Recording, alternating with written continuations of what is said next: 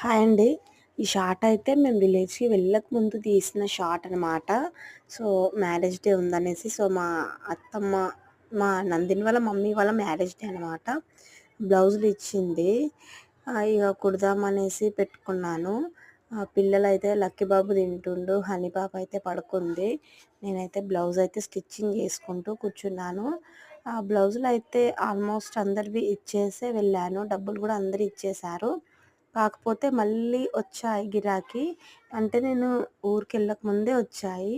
నేను ఊరు వెళ్ళొచ్చాక కుట్టిస్తానని చెప్పేస్తేను, సరేలే అమ్మ మాకు టైం ఎంతైనా పర్లేదు అన్నారు. ఇక అందుకనేసి ఊరు వెళ్ళొచ్చాకే కుడదామనేసి పెట్టుకున్నాను. ఎక్కడంటే ఊరు నుంచి రావడం, మళ్ళీ ఇంట్లో పనులనేసి కొంచెం బయట పనులతోనే సరిపోతుంది. అస్సలు వీడియోస్‌కైతే టైం రావట్లేదు. టైం తీసుకొని మరీ షార్ట్స్ అయితే అప్లోడ్ చేస్తున్నాను. సో, ఎందుకో నాకు ఈ మధ్య షార్ట్స్‌లోనే ఎక్కువ వ్యూస్ అయితే వస్తున్నాయి. సో, అందుకనేసి ఫుల్ వీడియోస్ మీద ఎక్కువ ఫోకస్ అయితే చేయట్లేదు.